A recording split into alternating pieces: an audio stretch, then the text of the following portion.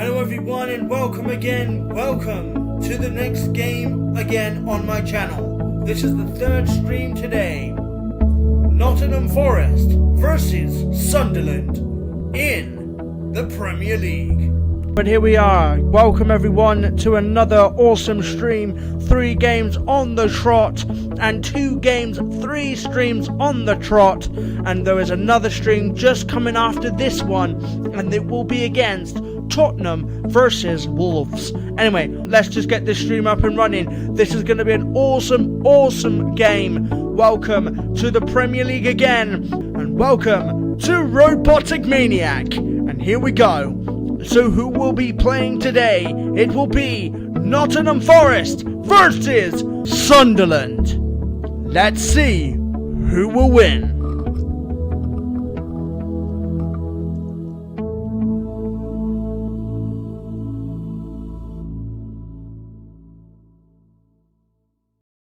There's one change for Sunderland. The suspended Ranildo is out. In comes Masuaku. Sunderland on the attack again. Another ball flicked into the penalty area. This one lands on the roof of Matt Sell's net. Yeah, it's been a positive start from Sunderland, hasn't it? Got corner, trying to put crosses into the box. But for Sunderland, that when you're setting up with a corner and you've got so many big players in the box, and Milinkovic, Morato, Wood, it's a small target to hit, and you've got to be really on the money if you want to play. But it's a good start from Sunderland.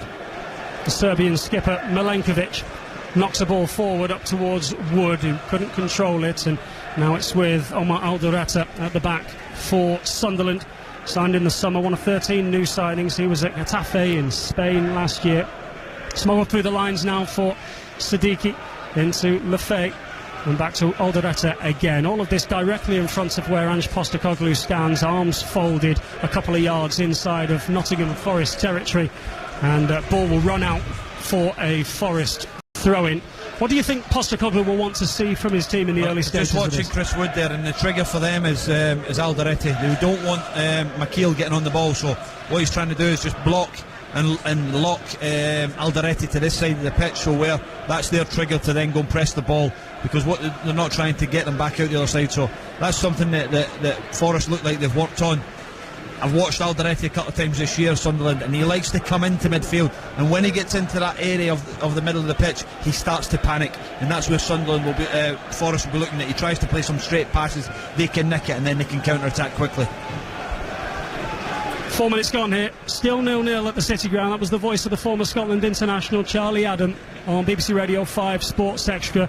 Earlier today, Manchester City smashed Burnley 5-1 at 3 o'clock. It finished 2 apiece between Leeds and Bournemouth. Crystal Palace, as you may well have heard on BBC Radio 5 Live, left it late to beat Liverpool. Liverpool lose for the first time this season by 2-1. Really entertaining, but ultimately excellent afternoon for Brighton at Stamford Bridge. They won by 3-1 at Chelsea, and at lunchtime also in West London, Brentford beat Man United by 3-1. We have a Sunderland free kick 10 yards inside of their own half with Granit Xhaka fouled and grounded. And what a pickup he's proving to be. You talked about experience earlier in the Forest ranks mixed with some youth. Granit Xhaka offers so much Premier League experience to a Sunderland side that doesn't have much. Yeah, I watched him against Burnley in the season, and he was running the show for 60-70 minutes, and he ran out of steam like Sunderland have over the time. Sometimes they've ran out of steam, but he's a very good player still.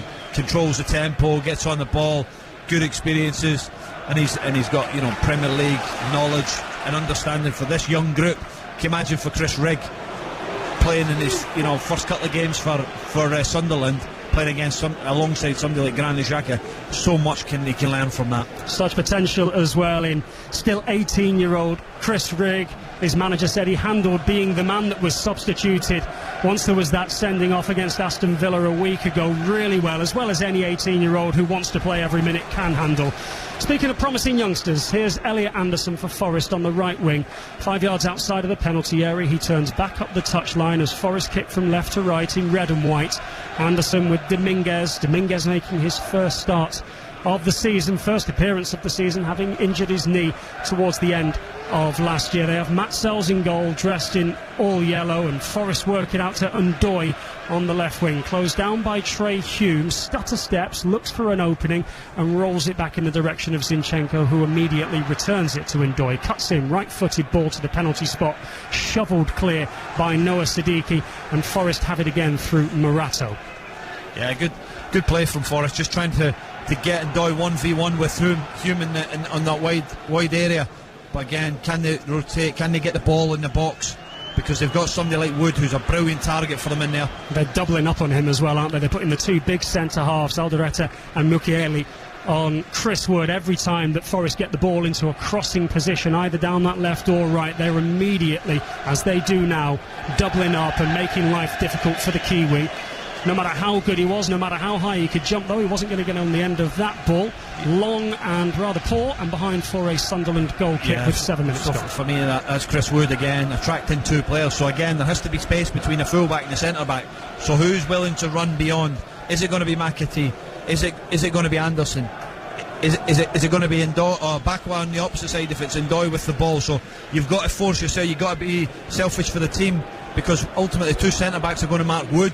The space will be there for the runners, and ultimately trying to get their pass in as well. Goalless here at the City Ground on 5 Sports Extra. A long ball forwards from Alderete, which is dealt with by Morato, the Brazilian defender. But now there's a slight slip, and it almost opened the door for Isidore, and it still does, and Isidore drags his effort just wide.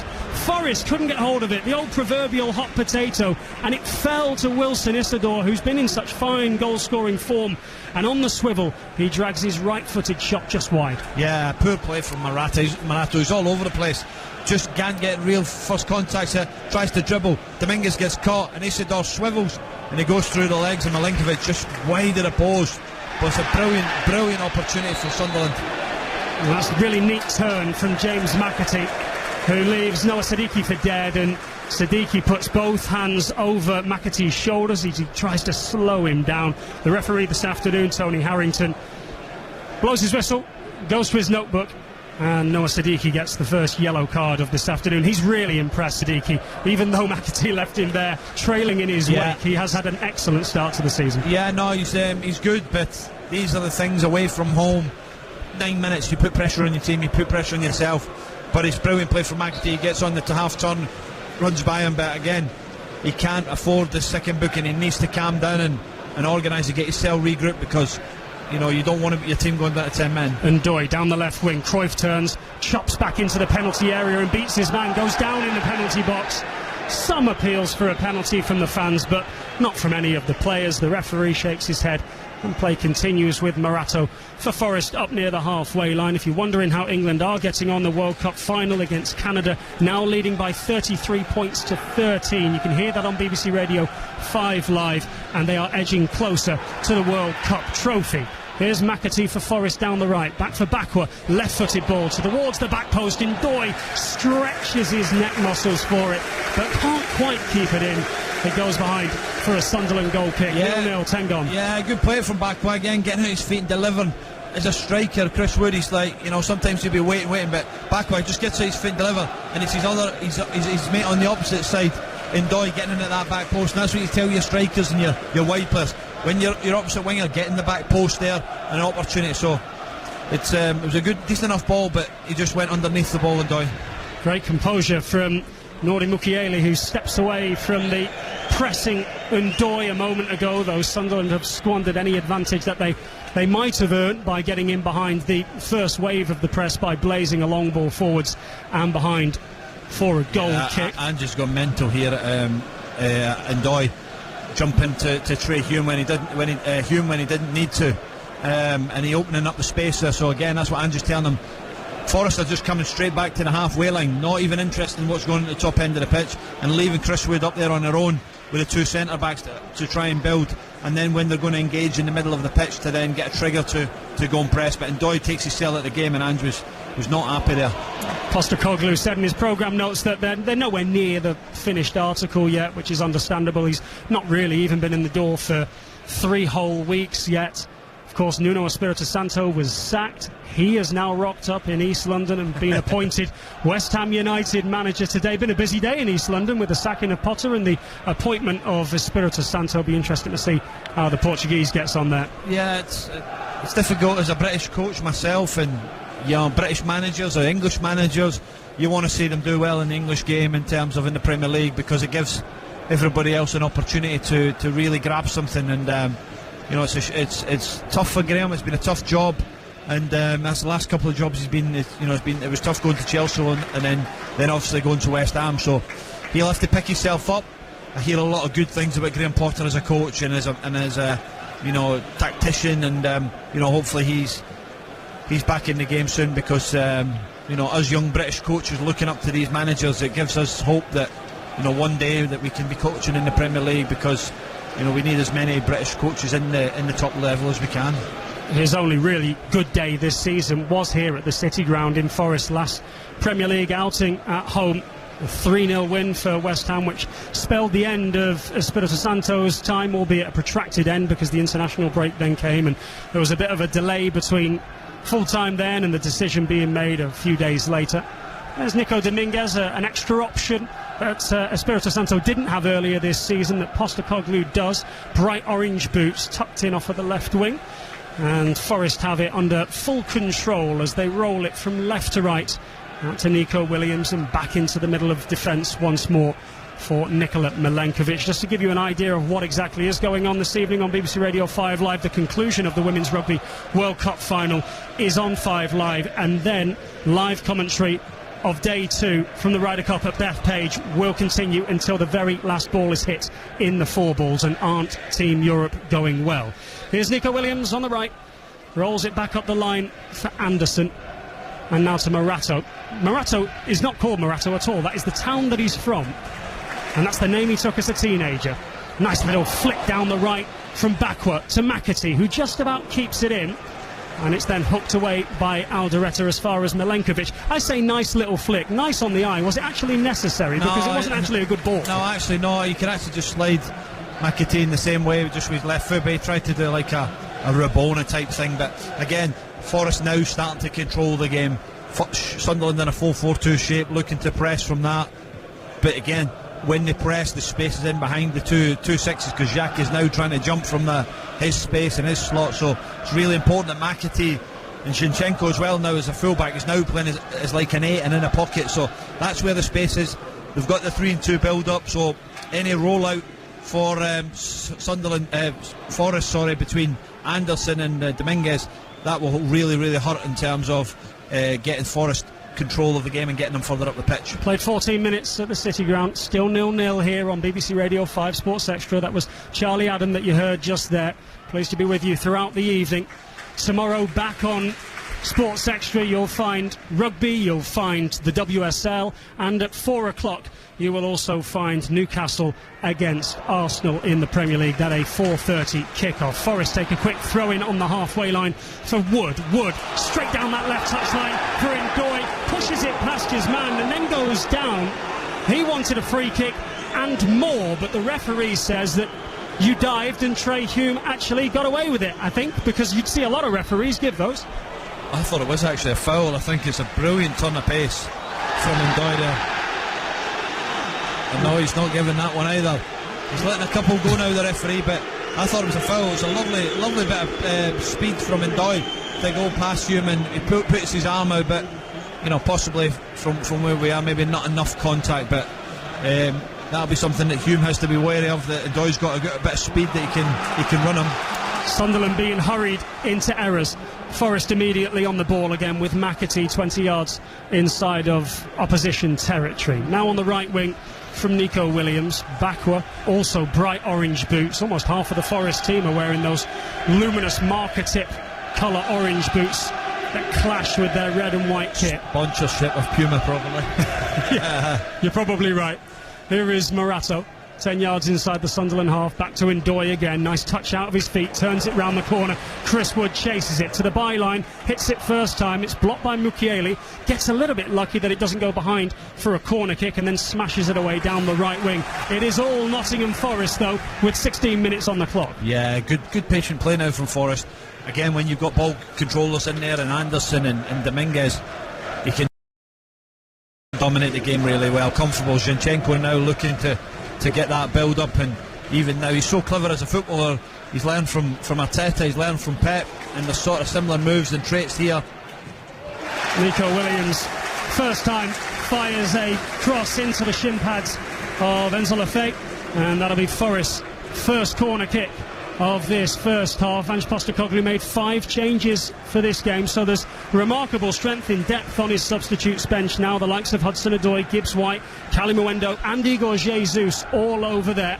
But Chris Wood will feel like he's got a real point to prove. He was their top scorer last season, and it's from these opportunities, set pieces, corner kicks, where he makes his bread and butter. Yeah, we said at the start it was a small area for Sunderland to hit, but it was a big area target now for Forest, with the big lads coming up for the corners. Wood was the target, but Xhaka got there first, and he'll be busy from those set pieces. Then shields the ball from Elliot Anderson as if he was a grown-up, shielding it away from a child in the playground. Mukiele's clearance is charged down, and it'll be, I think, a throw-in to Sunderland deep in their own territory as they kick from right to left in that right fullback position, probably only 5 or 6 yards up from the far corner flag.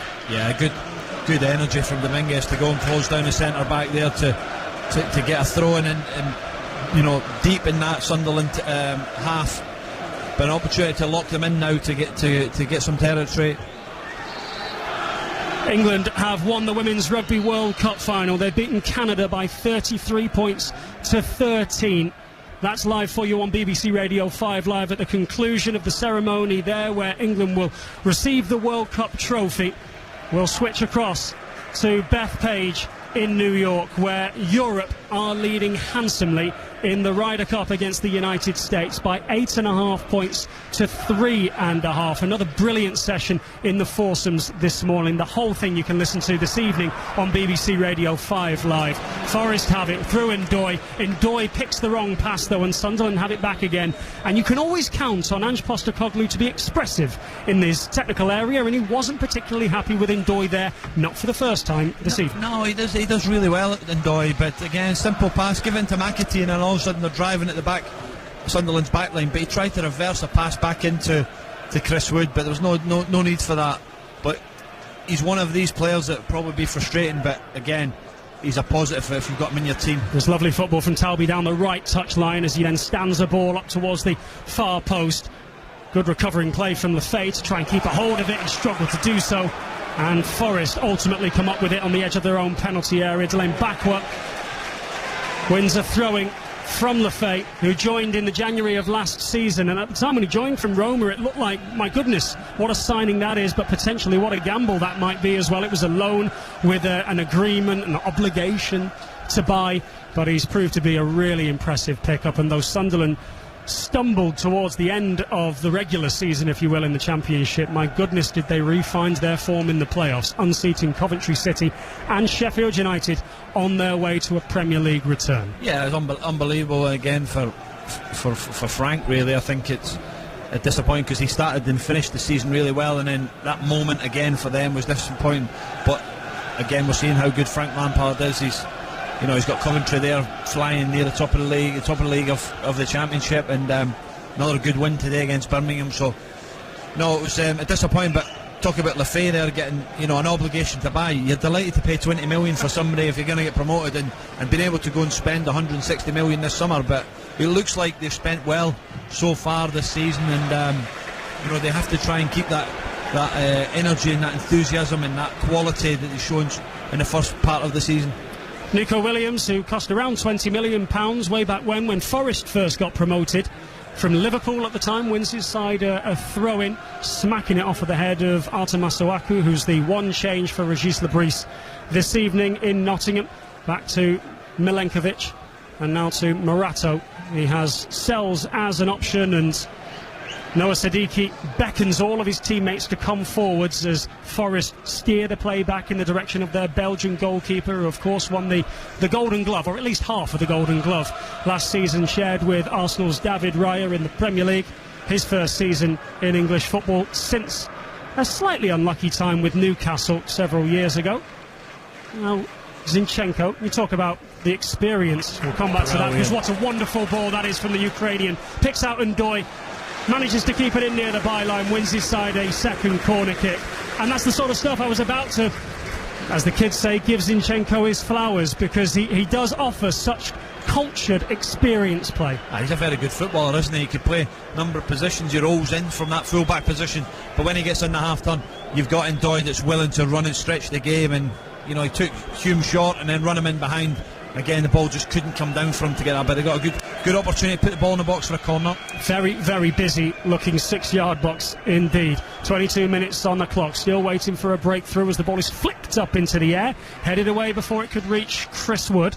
Williams gets there first for Forest, twists and turns towards the byline, whips it in, and that one does find the head of Chris Wood. He just couldn't keep his header down. Behind goal kick, 0-0. Yeah, it's good play from Nico Williams. He wriggles it round and he crosses. Chris Wood just gets underneath it and it goes over the bar, but the big man looks like he's disappointed with that, really, and you know, he'd be hoping to hit the target, but a lot of big lads in that box. They'll come for that corner. Ange Postecoglou will be encouraged by what he's seen there, certainly by the control that he's seen from his side through the first 22 minutes of the game. He's become, whether rightly or wrongly, a bit of Premier League's favourite pantomime villain since his spell at Spurs, but of course, as he said, he wins a trophy in his second season, as he did with the Europa League, and Forest forced Sunderland into an error at the back. Quick throw-in taken. And there's two sides to look at Ange's start at Forest. You can see the improvements in the stats. They're averaging more possession, they're averaging more shots, more touches in the opponent's penalty area, but as yet it hasn't translated into wins. And 4 matches without a win, albeit all of them difficult, all of them away from home, is the longest any Forest manager has had to wait for a first win since a guy called Stan Hardy in 1930. Well, hopefully it's Laurel and Hardy us two today, isn't it? But I think if you look at the way Forest played last year, and you know, they gave up possession basically every game, but they were a real threat with the speed and the power of Langa and Hudson-Odoi and Gibbs White with the quality, and you had a goal scoring Chris Wood. So of course it's different, and Ange wants to play a different way, and that's why the owners made a change. McAtee finds Anderson on the edge of the Sunderland area. It almost finds its way through to Chris Wood. It ricochets up in the air. A wonderful recovering touch from Trey Hume, I think, which prevented the Kiwi striker from smashing that goalwards from all of 8 yards out. Yeah, it was good play, good interlink there from Anderson and McAtee, and it spun up in the air, and Chris Wood was ready to just swing his left-footed a bit. That Hume come back and you know, done a brilliant block there. 24 minutes on the clock. It's Forest 0, Sunderland 0. Forest will host their first bit of European football here on Thursday night against Michelin in the Europa League, as Siddiqui tries to touch it the other side of Milenkovic, but that is a very large man to try and run around, and the Serbian skipper, who you might remember was sent off in the game against England earlier this month for that last-ditch and rather untimely tackle of Harry Kane, made very light work of Noah Siddiqui. Long ball forwards from Sells. They're trying to hit the outpost that is Chris Wood at every opportunity that they can, and mix up the direct stuff with the more slow, patient build-up play. Yeah, it's different play. I think Chris Wood's actually got to try and get in front of Mukeel there because of Sells. They've locked on, and the space is actually in front of there, just to clip it into to Wood and get the runners off. But again, for Sunderland, they're giving away easy possession now. Yeah, it's the teenager Rigg who's giving it to Bakwa. Bakwa now to Anderson, 22 yards out in front of goal, still has it, dribbles into the penalty area. His shot is blocked. Rigg is back there. He's the man that manages to wrestle possession back for Sunderland and make amends for his earlier errant pass, but the danger not completely cleared. It might well be now, though. Anderson will pressure the goalkeeper, Robin Roofs, who's made a good start. He did punch the ball into the back of his own net from Matty Cash's long-range effort against Aston Villa last week, but otherwise that's the only blemish on an otherwise impressive start with the gloves for Sunderland in the early stages of this Premier League season. Yeah, no, I think, like you say, I think every Sunderland player started well, apart from Reynald Oys. He's obviously let his team down last week, but they stuck together. They showed a good mentality to get that point against Aston Villa, and they're the moments I always opened up the space there for Lafay to get in. Lovely little bit of room, then tries to find Rigg, but Rigg's touch bounces off of him, and that's all the invitation that Forest need to recover possession again, and then Doy's away down the left wing. The referee playing an advantage. He now stops and surveys his options and cuts it back up the line again for Zinchenko, steers it into the middle of the midfield and lays it off for Nikola Milenkovic. Now Nico Williams and Bakwa on the right wing, one of 13 Forest signings over the summer, as they spent somewhere in the region of £200 million. Williams, curling ball into the area, again Wood's the target, again he couldn't quite get the presence nor power on it to be able to direct that goalwards, and instead goes behind for another Sunderland goal kick. 26 minutes have been played. Yeah, just get probably a little bit behind Chris Wood from Williams there. His cross, and it's short and shallow, but Chris Wood gets in front of the centre back and does that, and the full back wing back, Bakwa is so unlucky there not to get in the back post. Sunderland have it, looking to build down the right, but again giving the ball away. And though these two now in the same division for the first time in 8 years, they look a flight apart. Forest on the edge of the Sunderland penalty area. McAtee looks for Williams. Lafay gets back in front of him, wrestles him to the ground. That'll be a Sunderland free kick. Yeah, it's unlucky from McAtee. It's a lovely touch from Nicky Williams, but Lafay does brilliant, as you want from your winger, tracking the full back all the way in. He gets a foul for his team, but Sunderland keep turning the ball over. No pressure on the ball. They're trying to force things into midfield. Sunderland, Nottingham Forest are picking it up and breaking on them in a number of times. I can't quite figure out whether or not Régis Lebris and his coaching staff are already considering a change. I saw his assistant a few moments ago waving one of the players to come back into the dugout. It's not beyond him to do that sort of thing. It's not unlike him. If he sees something that he doesn't like, we've got 28 minutes on the clock. Sunderland haven't been anywhere near the Forest half, let alone 18-yard box, probably since Wilson Isidore's snapshot twisting turning effort, which might well now be the best part of 20 minutes ago. Yeah, but it was a big chance, wasn't it? No, he's trying to get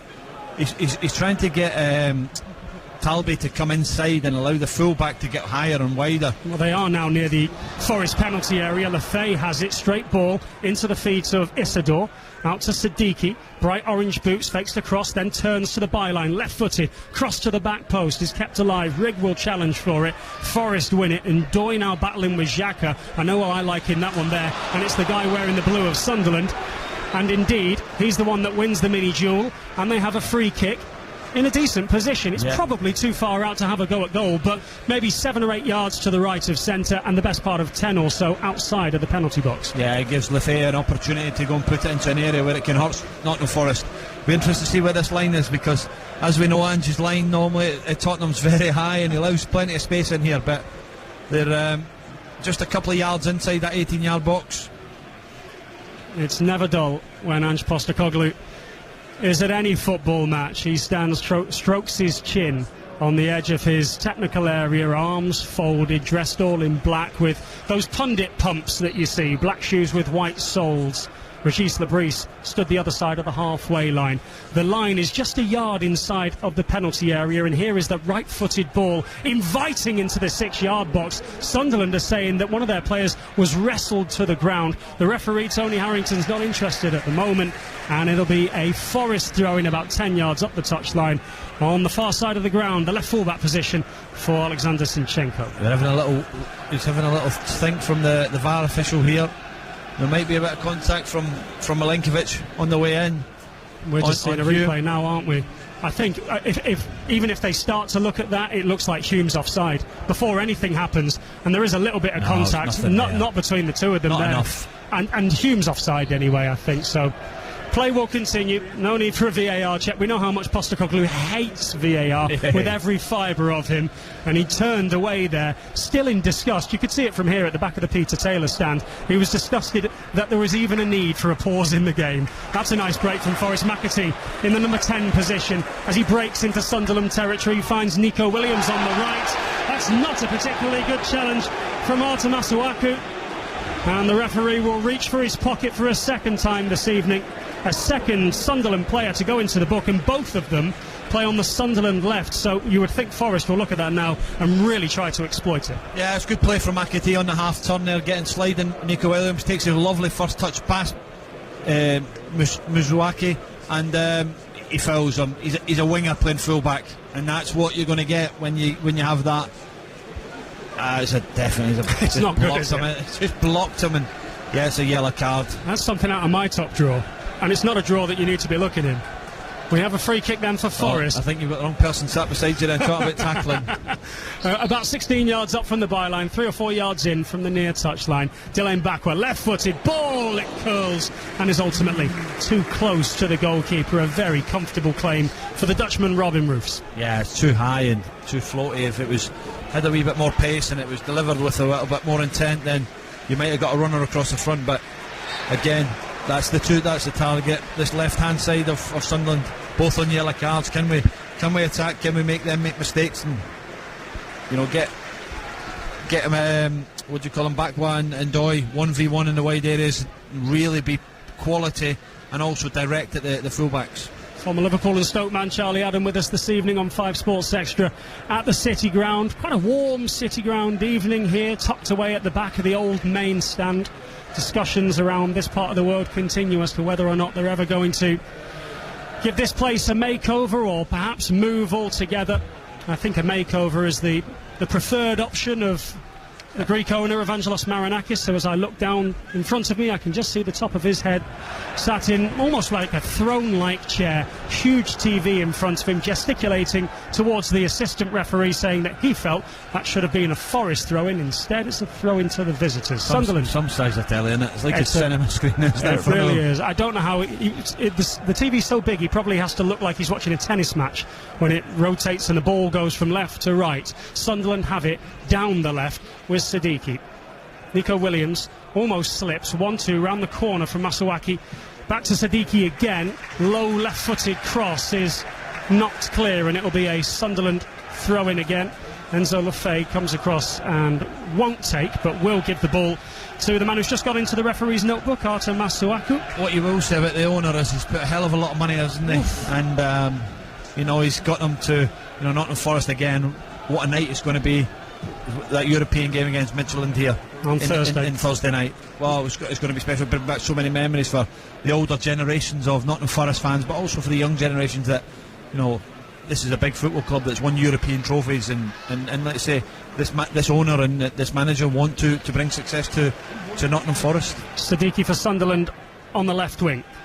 Looking for an option at the moment, thought about giving it to Masuaku, instead goes into the midfield for Xhaka, who now does find Masuaku. Left-footed curling ball to the back post is beyond everybody, and we'll run out for a throw-in on the far side. We played 34 minutes, which I think will be more encouraged. It is 0-0, neither goalkeeper has been particularly troubled, and you could argue, for all the possession that Forest have had, the best chance of the game was fallen to Wilson Isidore. Yeah, absolutely. I think both managers will be happy in terms of, obviously the control that Ange's got in the team with the ball. But if I'm an away manager here coming to a place like this after 34 minutes, we've had the best chance, and when we've not really been tested.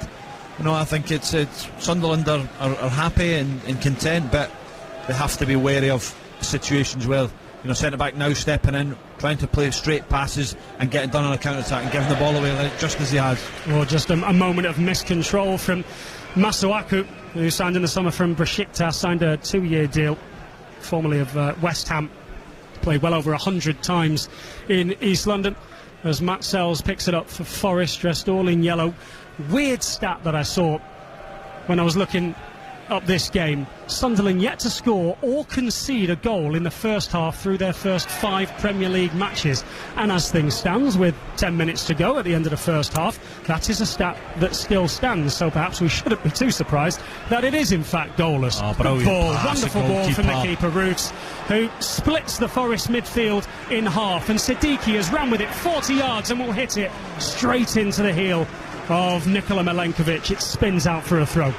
Yeah, it's brilliant play from the goalkeeper Roofs. Absolutely just splitting pass between two midfielders into Siddiqui on the half turn, and he's driving to the box. But again, when you've got a goalkeeper that can play that type of way, it's a real weapon for you. Sunderland come again as the ball ricochets in the direction of Siddiqui, who tries to help it first time in the general direction of Isidore, but missed him by about 3 yards or so. And now Nico Dominguez goes down, wants a free kick. The referee initially was happy to let play continue, but now he's stopped the game and said, you know what, actually, you've dived and you can have a yellow card. Dominguez is still down, so at least he's following through on the acting, if it is indeed acting at all. It's a strange decision. I thought it was actually a foul there. But to be fair, if he doesn't think he's been caught, Dominguez is not happy, is he? He's trying to show the referee on the Achilles there where he's been touched, but there's not many referees would have turned round and gave that. No, it's a curious one, and Tony Harrington has some explaining to do now to the Forest captain this evening, Chris Wood. This is one of the new things that the PGMO has brought in. Is there a touch there? We're just seeing the referee. No, fair play to the referee. I think he's made a decent enough decision, hasn't he? He has. Fair play. He kicks himself by the looks of things. Dominguez, he stands on his own toe as he lands. And so fair play to the referee. He's made a few unpopular decisions in this first half, and yet all of them, when we've seen the replay, appear to be absolutely correct. So how Dominguez has been booked for kicking himself and getting booked for diving. Premier League, you can't beat it. 19 yards outside of the penalty area. Curling ball finds Alderete and Sunderland are in front. There was a pause there as the Sunderland players and fans almost couldn't believe their luck. Curling, inviting free kick as the Forest defenders had switched off, and Omar Alderete stuck behind them all and headed it home from close range. Matt Sells made contact but just couldn't keep it out. 37 minutes on the clock. It's Forest 0, Sunderland 1. Yeah, there's a block coming round the back here from Sunderland player, but it's a lovely ball from Xhaka round the back, and Alderete goes and heads the ball. There's nothing a goalkeeper can do, but he's got to be stronger at the back post. I think we might. Are we having a VAR check here? Difficult to tell, because of course we're sat in the stadium and often in as much of the dark as the rest of the fans that are in here. The Sunderland supporters at the moment don't care a jot. They are all on their feet, singing, clapping, cheering, throwing their arms in the air. There is a VAR check. They're of course first of all checking. I think he's going to go this could be called off. There's an actual look at Williams getting blocked and pulled. Williams appears to get pulled to the ground on the edge of the penalty area by Arta Masuaku. It completely frees up Alderete, who heads it almost straight at Matt Sells. Nothing the Belgian keeper can do. It squeezes past him. If I'm honest, I think it's a foul. No, the first thing they're checking is offside to see whether Alderete's onside. Definitely not offside. There's a foul on Williams. It's how strong the referee thinks that he's been blocked from the fullback Masuaku. Ange Postecoglou was in his dugout gesticulating furiously with his coaching staff. We only mentioned 10 minutes or so ago how much he hates VAR. That's not going to change. Goal given, check over. Sunderland do indeed lead at the City Ground by 1-0 with 6 minutes left at the end of the first half. Omar Alderete, a signing in the summer, gets his first Premier League goal for the Black Cats. Well done to the set piece coach or whoever has done them at Sunderland, and they got the block round the back there and they've got away with it, but I felt there was a bit of a foul, but no, it was good play from Sunderland. Lovely ball from Xhaka and a good header from Alderete, and it's a painful, punishing goal for Ange Postecoglou. Stood on the edge of his technical area as he always is, arms folded in front of him. I can see him shaking his head there. 4 matches without a win to start his tenure as Forest head coach. Tonight an opportunity to make a good impression in front of the home faithful for the very first time, and at the minute not doing so as Anderson goes down on the halfway line and then gets back up again. The referee was going to give an advantage. The Australian will not be happy, first of all, with the awarding of the free kick, second of all with the block at the back post that was not penalised. But as I said a few moments ago, those Sunderland fans don't care a bit, do they? No, absolutely not. Travelling the numbers, don't they? The big support, big football club that's been, in League One for a long time. Managed to get promoted to the Championship, and then they're getting that golden ticket back into the Premier League. It's been a long time for them, and they're always a club that's supported well on the road, and full voice tonight. And as I say, and as a away performance, if you're the manager, you're absolutely delighted what your team's given so far. And that random anomaly of not scoring or conceding a single goal so far this season in the first half is now no longer a stat that is worth telling, because that is Sunderland's first half goal of the season. It's only Aston Villa, by the way, now that are still yet to score in the first 45 minutes of the game. Nico Dominguez turns the ball out onto the left wing for Ndoye. Important 4 minutes remaining at the end of the first half for Forest to try and show that they've got some bite in them, some fight to try and find an equaliser. Yeah, they need to move the ball quicker. Too many labour passes, trying to just build and build. They need to try and play forward just a little bit quicker than they can. Try and get the movement, the patterns that they've been working on. And that run from Zinchenko now from the pocket, getting in behind the Xhaka. It goes down, little shoulder in the back. Referee wasn't going to give anything, and then as the ball came back in the direction of the Ukrainian fullback from Ndoye, he had to leave it because he knew he was in an offside position. And so it's a goal kick for Sunderland, who'll take their sweet time over the taking of it. Régis Lebris stood in his technical area. Will be utterly thrilled. All of their wins so far this season have come at the Stadium of Light. They picked up their first away point at Crystal Palace a few weeks ago, looking for a first away 3 points. And they are almost halfway there with just 2 or 3 minutes remaining. There was another yellow card there a few moments ago. We'll try to figure out who exactly that was to. As Forest have it on the halfway line, inside the centre circle, McAtee finds Williams. Williams now onto the right wing for Bakwa, and Williams is offering the underlapping run and getting him backwards way a little bit. Left-footed ball into the penalty area, headed away by Alderete to Isidore. Sunderland in blue shirts, blue socks and white shorts have it back again. And the referee and the assistant have fallen for that one, as Sadiqi's thrown himself to the ground in front of the home faithful here in the Peter Taylor stand, and have given Sunderland a free kick, and that did look to be a little bit generous that time. Yeah, that wasn't a foul. It was good, to be fair. If you're Sunderland, you're delighted with that, Sadiqi getting that foul, but it wasn't a foul. He's stumbling over.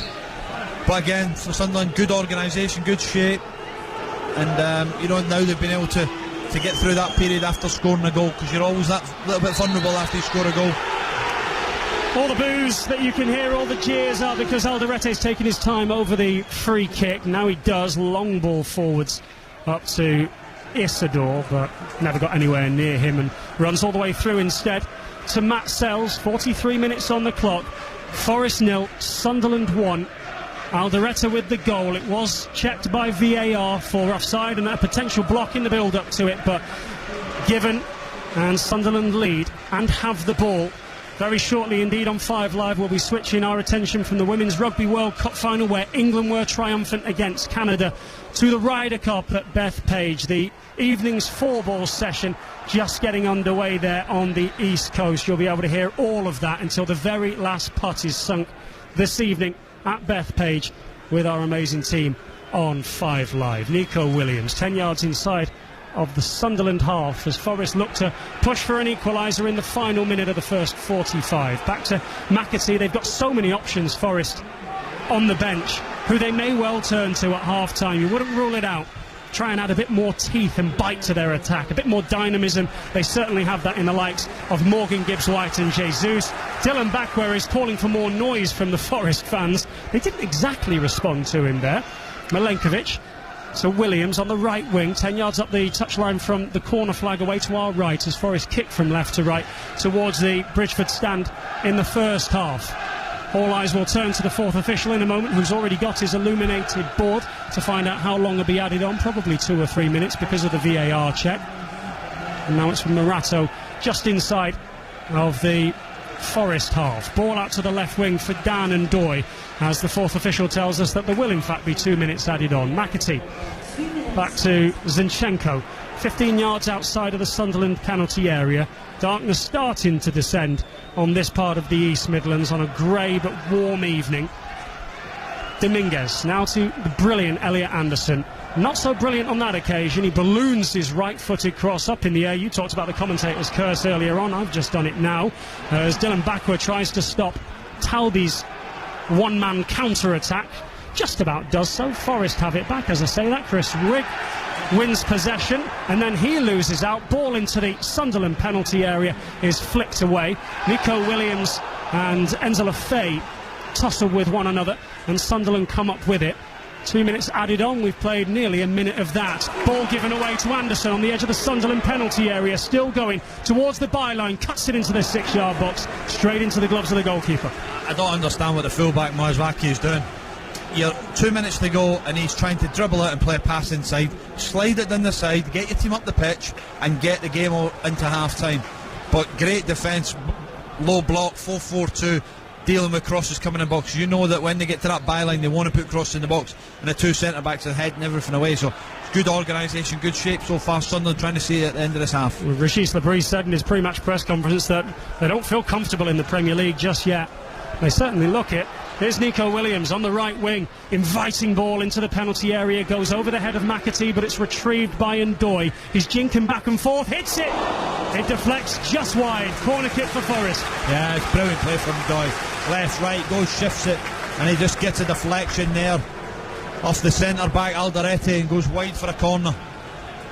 An in-swinging corner it will be from Dylan Backwell, and you'd think this might be an area from set pieces. Obviously it's the set piece that's undone Forest, but in attacking positions with all of their size, that they might well be able to gain some ground.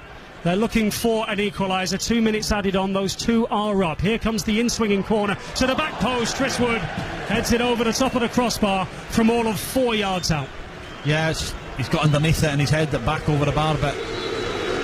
Now, I'm going to give the Forest fans the benefit of the doubt and say that those boos are for the referee and not for Ange Postecoglou in his first home game. Definitely for the referee after the decision he made. I feel it's a foul. I think it's a block and he's pulled him down, but Forest had all the ball, a lot of possession, but didn't really want to penetrate quick enough to get in behind Sunderland. Sunderland, brilliant 4-4-2 block, and keeping Forest out. But again, looking forward to an entertaining second half, because now it's all about Forest trying to break them down again. Maybe get a couple of changes here. Gibbs White, Hudson-Odoi coming on to maybe make something of a difference in the second half. It's a really big second half. I don't want to give it too much emphasis because of course it's early, of course it's September, as the boos reach a crescendo again, because the referee Tony Harrington and his two assistants are making their way over to the near touchline now.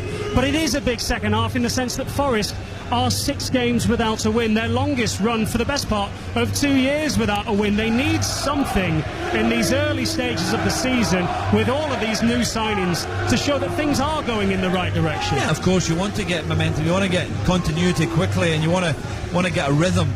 But because there's a new manager change during the season and the amount of games, Andrew's probably not had as much time to work with the team as what you'd want. But you have to find these solutions on the pitch. Your international players, your Premier League players, at times you have to find these solutions where to play and where to pass. But again, I think it's been a lot of the ball, but not really penetrating and playing as quick enough forward as what they can do for us. Sunderland have been brilliant away from home. Mentioned it in that first half that Régis Labrie will be completely and utterly overjoyed with the perfect away performance so far in the first 45 minutes, and I said it towards the end of the first half, says that they don't feel comfortable because comfort breeds complacency. They don't look complacent. If anything, they do look comfortable. Yeah, comfortable because they're organised, they're well drilled, they've got a good shape, and that's key to what they're doing. But comfortable as in thinking they're better than what they are is no, absolutely not. They know the Premier League is so quick, it's fast, and the game can change quickly. But if you look at the two teams there, Sunderland will be delighted with that away performance, but it's only 45 minutes. More from Charlie Adam in the second half. The Nottinghamshire Cricket Club side are on the pitch, parading their Division 1 County Championship trophy, which they picked up yesterday, the first time they've won that in 15 years. Half-time here then, Nottingham Forest 0, Sunderland 1. During this half-time break, we'll have a listen to the latest Wayne Rooney podcast, the full episode now available on BBC Sounds. Wayne, Kelly Summers and Kay Kerr diving into the realities of playing away from home. Because you'd have stadiums where you go to where you really like going to, and you normally score, and so you go into the game feeling really positive and confident. I used to have it at Aston Villa, Arsenal and Newcastle, but probably the three I used to really like going to and score goals. But then on the flip side, that you do have places. I remember going to Chelsea, even when I started with Everton, I missed a penalty there when I was 17, and then with Man United, Mourinho was in, and it just felt like this is going to be so tough to get chances and score against him. So I just didn't like going there at all. So you do have ground you look forward to going to playing, and ones you're thinking, oh, let's just try and get through it. It's kind of the same as a fan. When you're watching your team, Kay, you know, don't you? Like you started rolling your eyes as soon as I said that, because you knew what I was saying. You knew what Man United's record at Brentford had been like lately. Do you know what doesn't even bode well? We're wearing our new away kit at an early kickoff at Brentford, and the last time we did that, they put 4 past us. So it's not a good omen. It's not a good omen for us. It's a tough place to go anyway. I think sometimes the change of managers is a big thing as well. I think I felt when Mourinho left Chelsea that it started to become a little bit easier for us to play against him. So and then with Mourinho, you look at his home record he had before he was at Chelsea, he was always difficult to beat. So I think with Thomas Frank leaving in Brentford, it's different. I said it last Is that year. a psychological aspect of it? So when Mourinho went, you were like, there's no more aura or whatever it is around the place. Definitely. And I think with Thomas Frank not being there, I think Brentford are a little bit different this season. They've lost some of the bigger players. So yeah, I think and United coming off the win against Chelsea should be going there confident. So I'm fully expecting Man United to go there and get 3 points. Do you think then that Ruben Amorim will even mention it, or will it be used this week as motivation for the players? Or as you said, it's so different at Brentford now, it is kind of irrelevant? You have games where you remember things, and I'm not sure it happened against Brentford last season, but the team will be beating you by 3 or 4 goals, and the fans start holaying and stuff like that. It sticks in your mind because it's not nice, and your own personal pride comes into it as well, and so you do go back thinking, right, you want to show them, and so yeah, I think definitely the United players for sure anyway will be feeling they need to get. How do you reckon Mbumo's going to do going back to his old club? He looks like I don't know him, but he looks like the type of character who would be fine with it. I think he's been a real positive for Man United this season. I think his energy, his running off the ball, his commitment. He's scored a couple of goals. He could have had more. So I've been really happy. I think he's been, out of all the signings, the most positive one, and he looks like someone who will just take it in stride. So yeah, I think he'd be okay. It's not always easy when you go back. The fans enjoying him so far, Kay?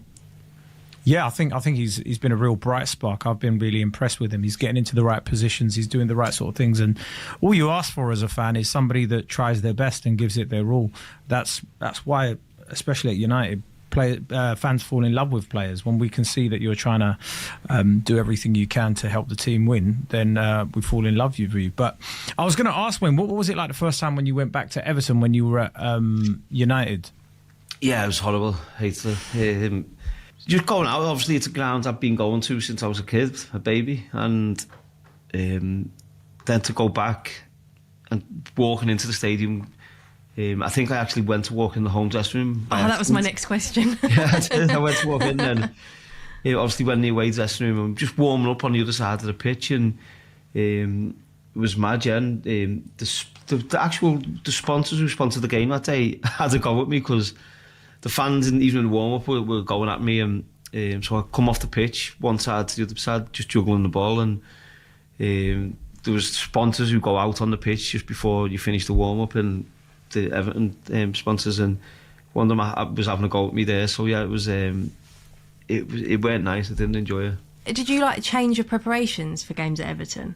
No, I didn't change my preparation, but it was hard knowing me dad, me uncles, my cousins are going to be in the stand in the Everton crowd, and my dad was, that was the game he wouldn't go to, because obviously he knew I'd be getting a lot of stick, and he'd go to all the Everton games, and he wouldn't go to that one at Goodison, so we'd leave that. But like my cousins and uncles and that.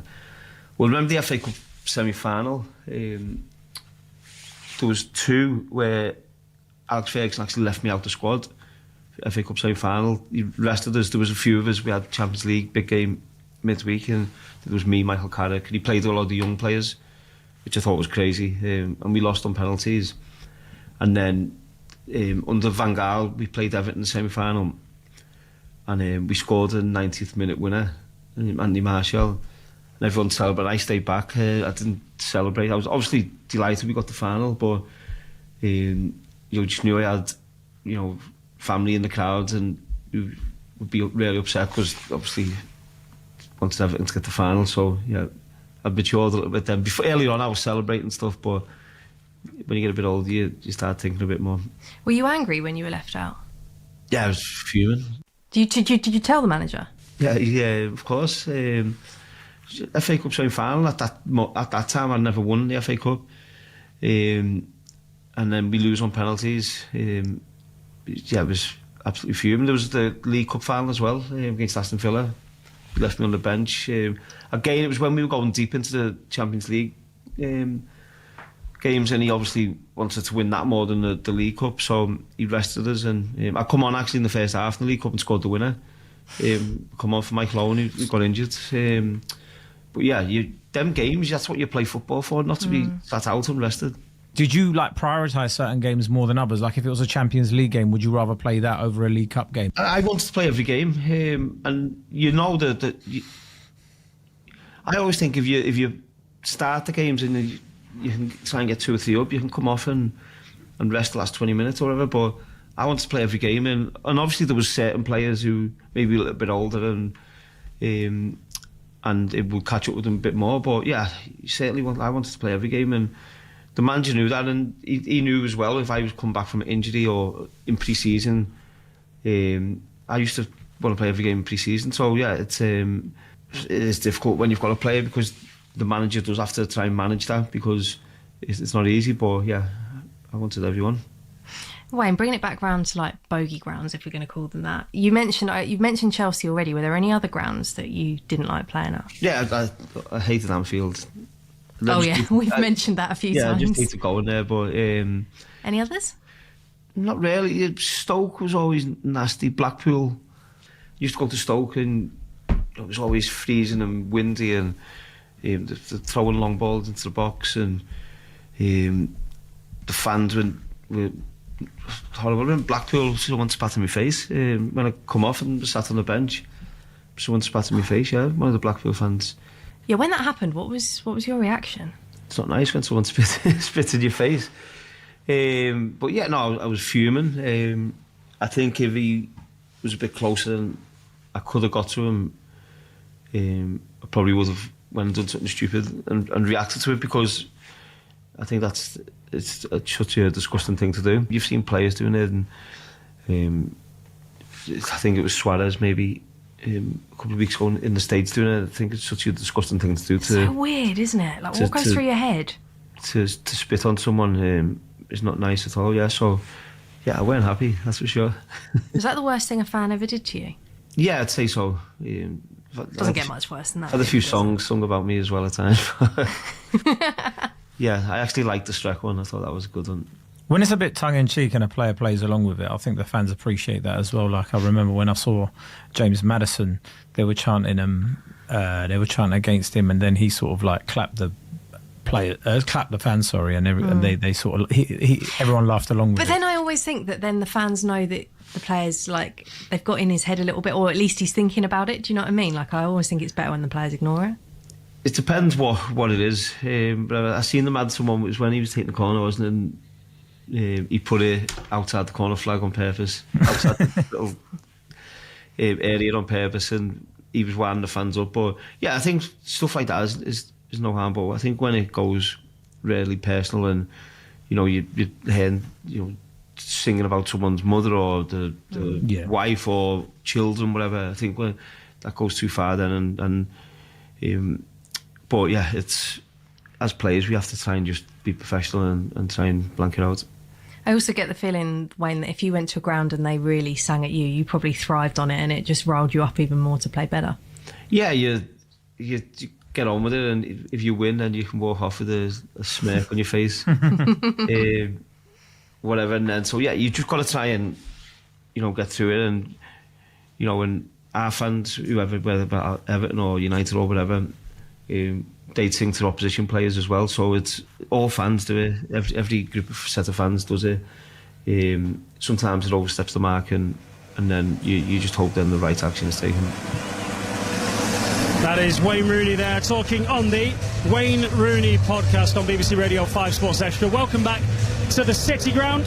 Charlie Slater alongside Charlie Adam for you for the second half as Nottingham Forest trail at home to Sunderland. They are going to make a change at the break. Morgan Gibbs-White, club captain, is stripped and ready to come on. Charlie Adam, no real surprise that Ange Postecoglou has looked towards his bench, needing a response. No, he needs quality, and that's what Gibbs-White's done. He's got the armband on. He's the talisman. He's the one that can make things happen. It's been a wee bit laboured at times in terms of the passing and the moving, and you want to get that real quality on the pitch.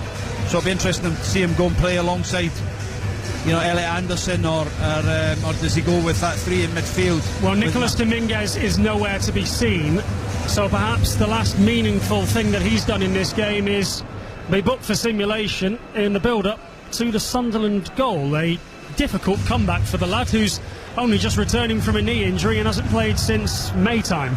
Yeah, and again, sometimes that happens, and you don't feel that you can affect the game in the Premier League, and the speed of the game is a lot quicker than you impose. But maybe the booking is something that Andrew's looking at and thinking, we can't afford to take a risk and chase the game, and we end up down at 10. So not a bad replacement to come on, is it? Not really. Nottingham Forest and England start Morgan Gibbs-White. So the Forest lineup in this second half will be Matt Sells in goal, a back four of Williams, Milenkovic, Morato and Zinchenko. In midfield, Anderson and Gibbs-White, along with McAtee, and then on the flanks, Ndoye and Bakwa, with Chris Wood up front. The Sunderland players have just made their way back out onto the pitch as the City Ground again bursts into song. That's Sunderland 11 unchanged from the first 45, as you'd expect. Robin Roos in goal, a back four of Hume, Mukiele, Alderetta the goal scorer, and Masuaku. A midfield three of Xhaka, Rigg and Siddiqui, with a front three of Talbi, who was quiet in the first half, Lefay and Wilson Isidore. Nottingham Forest are kicking from right to left in this second half, attacking the Trent end, dressed in red and white, as the referee Tony Harrington, who hasn't really endeared himself to the good people of Nottingham in that first 45 minutes, blows his whistle, gets us back underway, and Sunderland, kicking from left to right in blue and white, will look to snuff out an early attack, which they've done, and it'll be a goal kick. Forest changed the shape. They've gone with that 4-3-3. They've gone three in midfield, Vance and Sit and McAtee on the right hand side and Gibbs-White off the left. So more of an attacking threat now from Forest, instead of having that two-hole midfield. There's only having one now, so they get somebody closer. Even now with the goal kicks, they're pushing players forward to really engage Sunderland at the top end of the pitch now. All of the pictures at half-time on the monitors here in the press box were showing various different cutaways of a frustrated and angry-looking Ange Postecoglou. You wonder quite what he said to his team at half-time. Here we are on BBC Radio 5 Sports Extra with Elliot Anderson on the ball. It's the former Scotland international Charlie Adam alongside me. Dylan Bakwa picks it up 10 yards inside of Sunderland territory, and an important 45 minutes in front of Forest and Ange Postecoglou. Yeah, well, again, if I was the manager of Nottingham Forest at half-time, I'd be saying I want to see more energy, more enthusiasm in possession and out of possession. Can we move the ball quicker? Because they've not done that enough, and they've not done it with speed. When Sunderland have got into that 4-4-2 block, it's just allowed them to play around and not really played with any purpose. So again, good start from Nottingham Forest here now. They're attacking down that right hand side, got a corner. Nico Williams has done brilliantly, because he's had two, if not three, blue shirts on him the entire time there in the bottom corner, and he's twisted and turned and weaved his way into winning Forest their first corner of the second half, their fourth for the match. And it'll be another in-swinger from Dylan Bakwa on the far side as Forest kick from right to left. And listen to the noise here at the City Ground. Here comes the ball. It curls comfortably into the goalkeeper's gloves. That is the worst situation you can have. You get a corner and the goalie comes and tries to, what a pass. And it's an incredible pass from the goalkeeper that's released Isidore inside the Forest penalty area. In the blink of an eye, he hits it, blocked by Milenkovic. Comes out in the direction of Siddiqui. Right-footed ball, bending into the penalty area, headed back by Wood. Now towards Hume, who shoots speculatively from 25 yards out, straight at a Forest defender. And that is some distribution a moment ago from the Dutch goalkeeper wearing the Sunderland number 22. Yeah, it's a lovely left foot, half pace drill right over the top for Isidore. Again, his one thought is when he comes inside, I want to shoot. He wants to get on his right hand side and get his shot off, and he did that, but it was a good block from the defender. So Forest have made one change at half-time. Morgan Gibbs-White is now in the midfield, playing the attacking midfield role that he so often does. Elliot Anderson dropping into that holding position, as is James McAtee at the moment, but you'd think McAtee has more freedom to get up in support of Gibbs-White, his teammate. Big aerial collision on the far side of the ground between Siddiqui and Williams. Sunderland have it on the halfway line. Surveys his options. It's now Masuaku. Turns it onto that left touch line, and Sunderland will want a slightly more paced out start to the second half. No need for any of the frenetic energy that Nottingham Forest will want to instill into this game. No, again, Regis will be saying to the team, you know that they're going to come out second half with good energy, good tempo, and good pace to the play and speed, and we need to match that. We have to be ready for them, and we have to be on that front foot if we can. But both teams have started on the front foot. Yeah, and Nico Williams might now be the first Forest player into the referee's notebook. He is, as Noah Siddiqui got away from him down the Sunderland left, the Forest right in behind, approaching the edge of the penalty area. The Welsh international had no real choice other than to pull him down, so a yellow card for Williams and a free kick for Sunderland, about 8 or 9 yards away from the corner of the 18-yard box. Another good chance for Regis Lebris's side to trouble Matt Sells and that Forest defence. He's done really well, Siddiqui, tonight so far. Again, 1v1 with Williams here, caused him a problem. And now all of a sudden Williams is on a booking, so it's now the opposite. Two full-backs of Sunderland on bookings. Can you also now see that Forest? Can you get your wide players 1v1 for that one moment that you can go by and maybe get foul, and ultimately can get you an opposition player sent off, and then you become down to 10 men. Xhaka, left-footed low ball into the area, not cleared away, falls to Masuaku, now in the direction of Talby, who hits it with his left foot, and it deflects wildly. Could have gone anywhere, and much to Matt Sells' relief, it went behind for a corner kick. 4 minutes gone in the second half. Sunderland still leading by 1-0, but still showing a threat. Yeah, it wasn't a great ball from Xhaka, but poor defending from Bakwa at the front post area. He doesn't deal with it well, tries to chest it but volley it, and it goes, and it nearly hits Chris Wood off the hip and into the goal, but it goes wide for a corner. Left-footed in-swinger from Xhaka, punched away by Sells to Rigg, hits it first time, another wicked deflection. This time it balloons up in the air and drops gracefully into the gloves of Sells. Yeah, there's a real tempo now to Forest display. They're trying to get this crowd moving.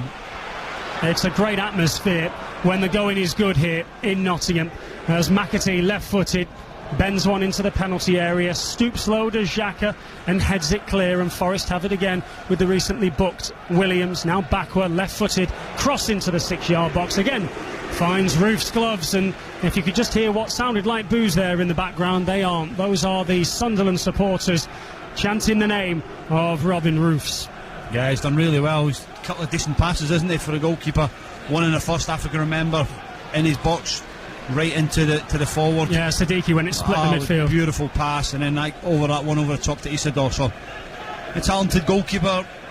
As you see now, a lot of goalkeepers, a lot of managers want their goalkeepers to be able to play with their feet and use that extra man when in the build-up, and he looks really comfortable with the ball at his feet. Only 22 years old. We played 6 minutes of the second half, and Nottingham Forest continue to trail by 1-0 at home to newly promoted Sunderland, who are exceeding all expectations so far, which can only be good for the competitive nature of the Premier League. The Sunderland centre-half, another cross into the penalty area, headed up in the air by Milenkovic first time, then it bounces on the edge of the 6-yard box. Morato gets a touch, almost falls kindly for Bakwa, but just as he was about to fire home, it's smashed clear by a Sunderland defender. All hands on deck at the back. Yeah, good defender from Sunderland, getting your body in, blocks, good box defending, but now again, Nottingham Forest coming back at them. A little bit more life to Nottingham Forest now.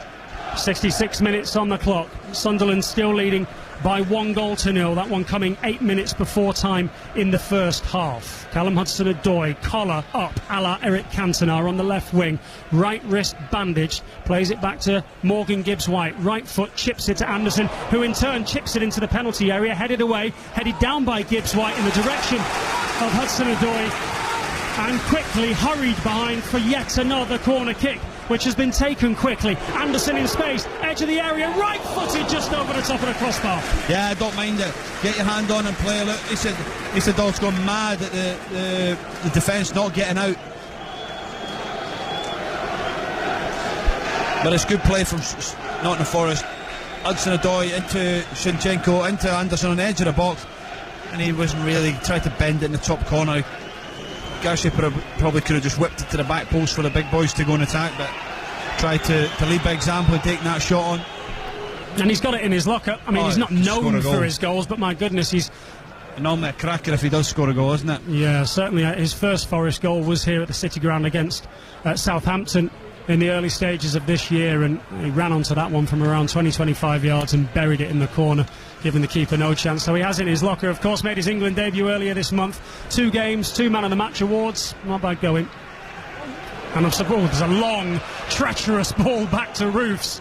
But as with everything else this evening, the keeper deals with that with plenty of composure, steers the play away up towards the halfway line, but immediately back to a red boot again, and Forest will come through the middle of the pitch this time. Dylan Backwell receives a through ball from Gibbs-White, still going, pinball in between a couple of Sunderland players. Backwell hits it from 16 yards, low down to the keeper's left, makes the save.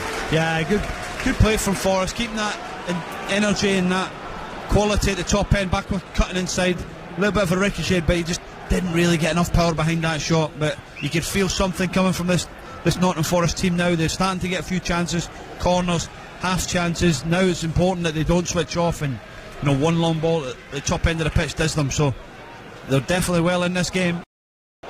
Well, they nearly played themselves into a bit of a hole, but the composure and strength of Granit Xhaka gets them out of it again in the defensive midfield position. Finds Talby on the left wing, who breaks towards the penalty area. Now Isidore turns to the edge of the 18-yard box. Plenty of time, plenty of space for Sunderland to try and pick out a shot. And now here comes that shot, left-footed. Traore, a good diving save down to the right from Matt Sells, and Sunderland just showing enough there, Charlie Adam, to keep Nottingham Forest honest. Yeah, good little play. Lafay, just little tricks and sliding Traore there on the inside, but he just never got enough on his shot. But dangerous on the counter attack, Nottingham Forest. End-to-end stuff at the moment. Like the old basketball game adage that you'll find in the commentator's great glossary of commentary on the Commentator's View podcast that you can hear on BBC Sounds. And BBC Sounds is really the place to be. It's where it comes into its own on a weekend like this, with so much live sport. On there you can listen to full uninterrupted commentary from the Ryder Cup at Bethpage. Later tonight on 5 Sports Extra we've got Leeds Rhinos against St Helens, and then tomorrow on 5 Live you'll find commentary in the early part of the afternoon on Premier League Sunday of Aston Villa against Fulham, and then on 5 Sports Extra it'll be Newcastle against Arsenal, because on 5 Live you will find again the Ryder Cup, the final day's singles, as Amari Hutchinson, Nottingham Forest all-time record signing, who joined for around £38 million from Ipswich Town earlier this summer, is about to come on as well. Ange Postecoglou's got plenty of options on the bench, but he's fast running out of them. Yeah, he's got some good talent within his squad, doesn't he? Young English talent that have done really well again, done really well in the Euros for England under 21s, winning that tournament. But he done well for Ipswich, even though they got relegated. He was probably the star player, and he got his move. So now, a big club like Forest, can he really go and show his talent, what he's got? Sunderland have it again with a right-footed cross into the penalty area that's headed away by Morato. Forest have it back on the right wing, in the right full-back position, as Nico Williams takes a couple of touches. It's now with Milenkovic, who squares it to Morato, edge of his penalty area, and down the left wing for Callum Hudson-Odoi. In all of the substitutions, Trey Hume has switched from right full-back to left full-back, with Lusharal Hertruda playing in the right full-back position, and down that right wing as well is Bertrand Traore. Forest in red and white, kicking from right to left. Morgan Gibbs-White tries to find Callum Hudson-Odoi doesn't do so. Frustration abound everywhere, and that moment there between two players that you expect their utmost quality from kind of sums up Forest night.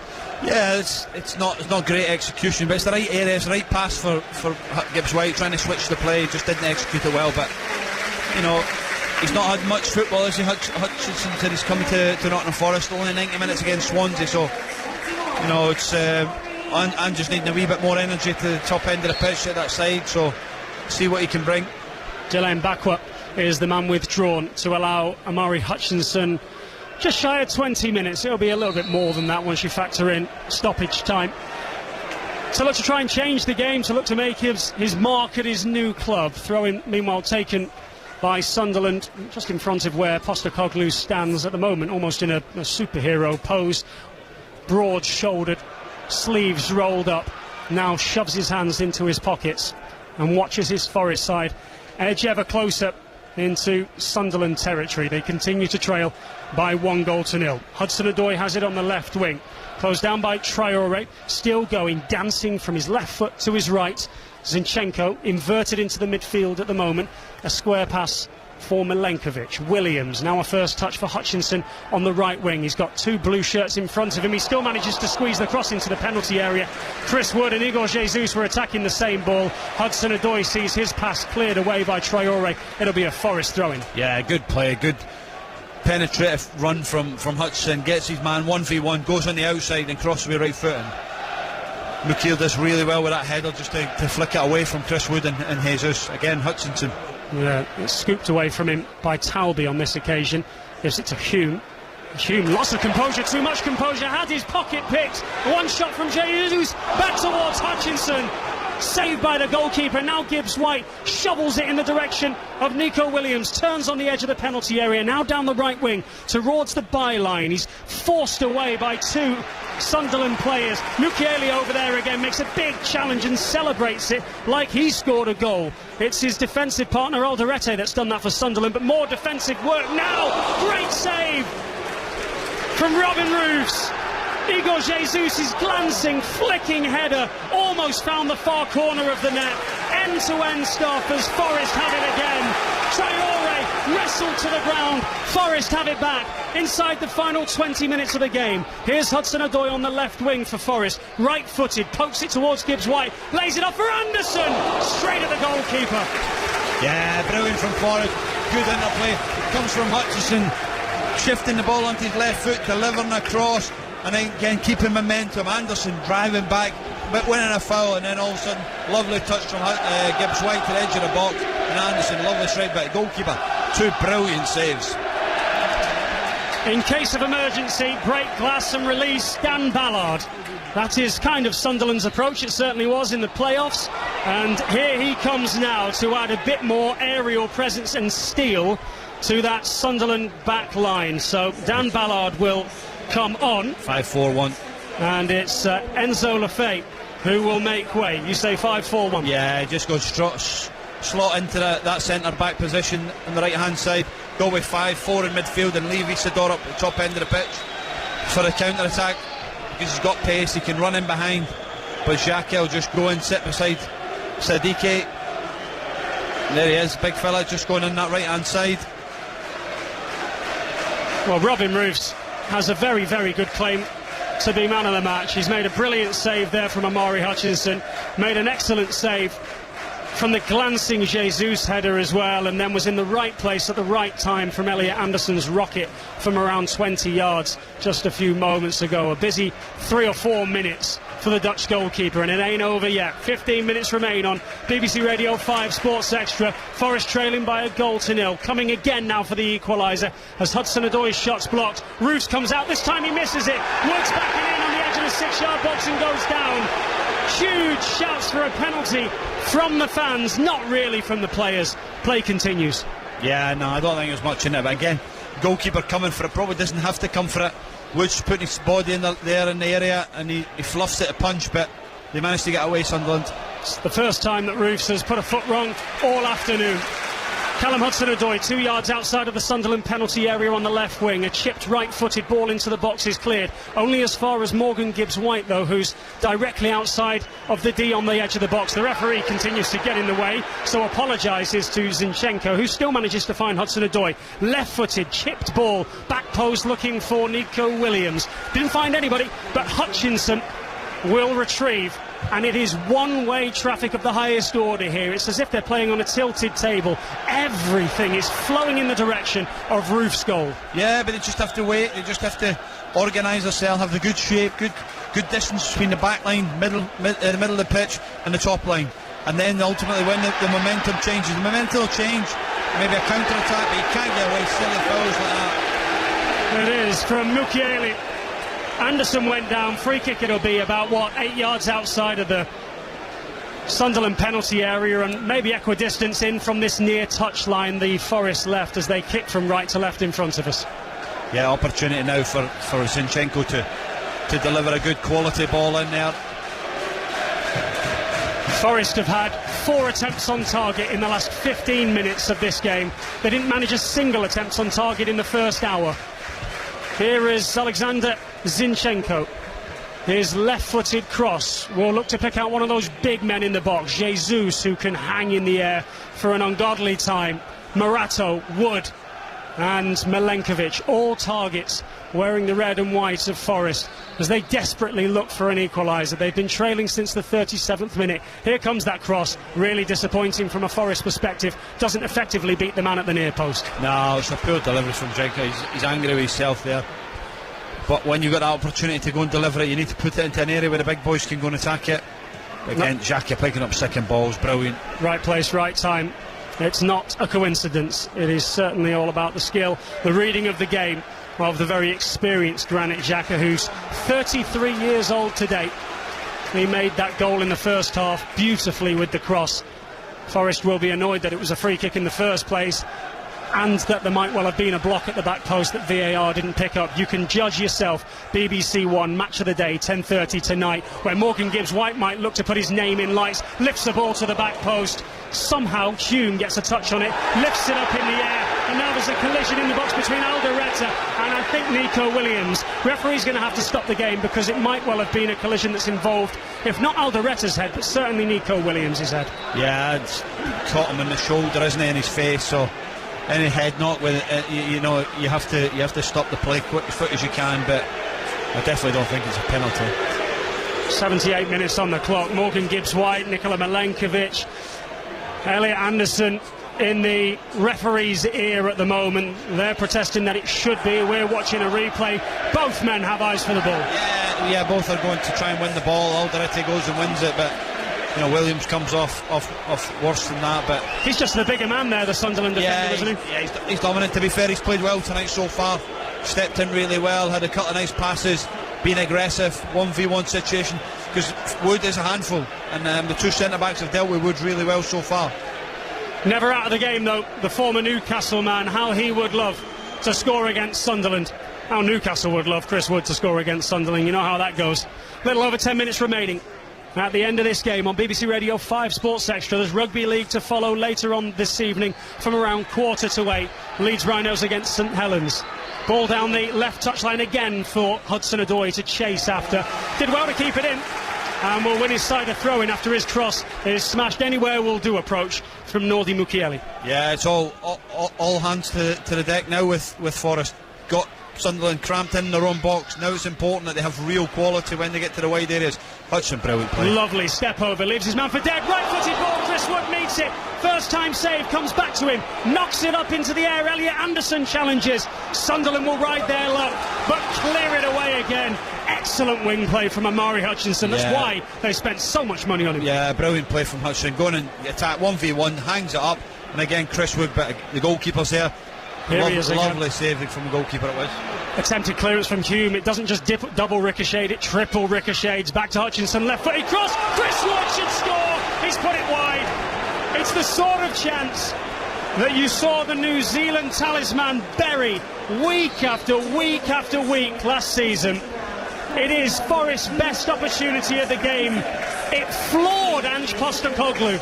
He cannot believe that Chris Wood hasn't buried that header. It's the perfect cross. He's unmarked, 6 yards out. The goal is at his mercy.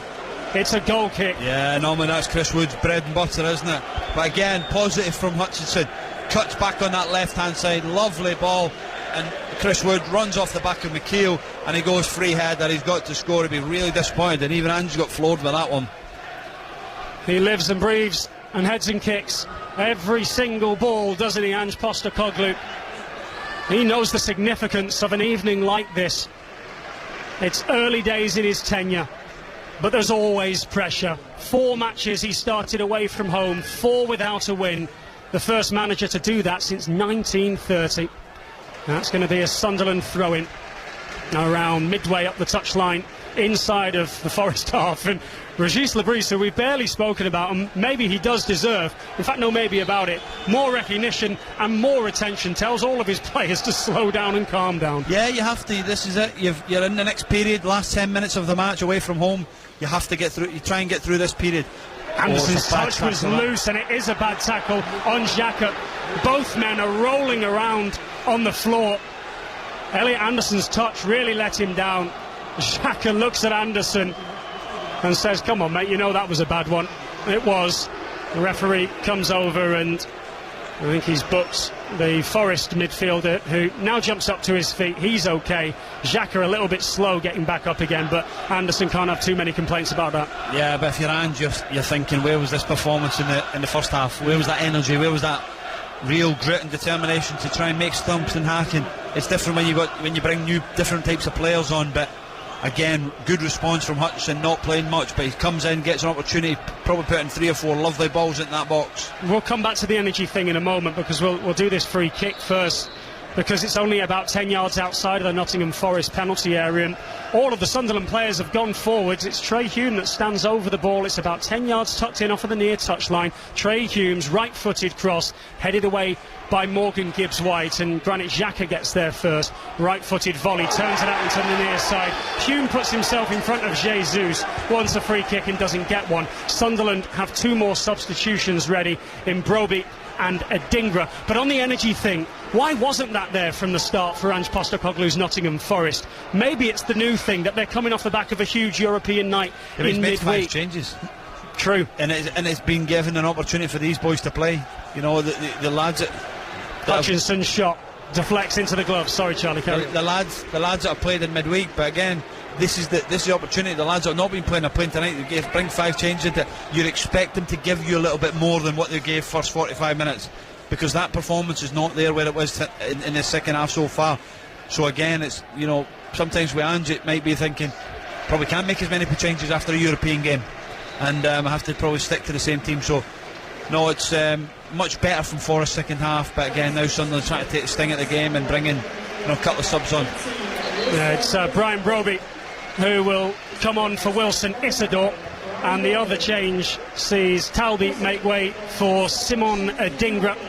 Concern that'll be though for Ange Postecoglou, don't you think? The fact that, I mean, everything's a learning curve at the moment, but bringing in 5 players like that and having such a flat performance in the first half, that will concern him, won't it? Of course it'll concern you. You know, as a manager, you try and do what's best for the team, and again, when you leave out the quality of a Gibbs White, for example, because he's the talisman and he's there, you know, sometimes you just probably have to keep him going with it, and then hopefully, you know, make that decision. But you don't know, he might be carrying an injury or whatever, but he's just wanted to try and freshen up, but they've not managed to get that performance for the first 45, and it's taken to the second half to probably, you know, make that difference in terms of the energy and, you know, and the quality on the pitch. It's a new thing for Nottingham Forest players to have to deal with, getting back in the early hours of the morning after a European away trip.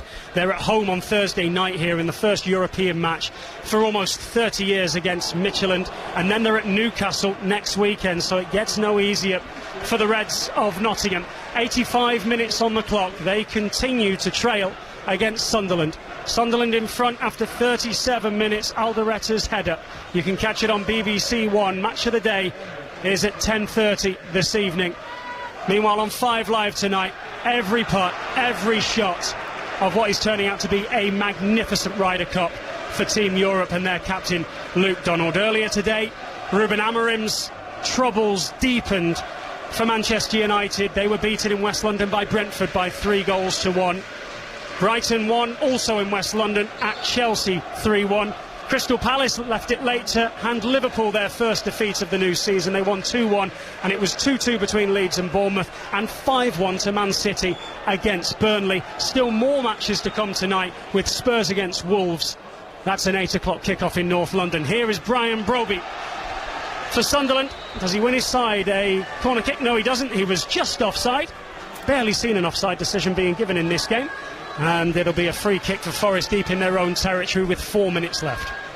Yeah, it's now back to the wall for Sunderland. You have to try and now get organised, get your shape, not just matching runners. And if you have to make a foul to try and stop the game, try and get there. But when we win it, there we go. Can't give the ball away as quick as we are. Traore looking for Siddiqui instead.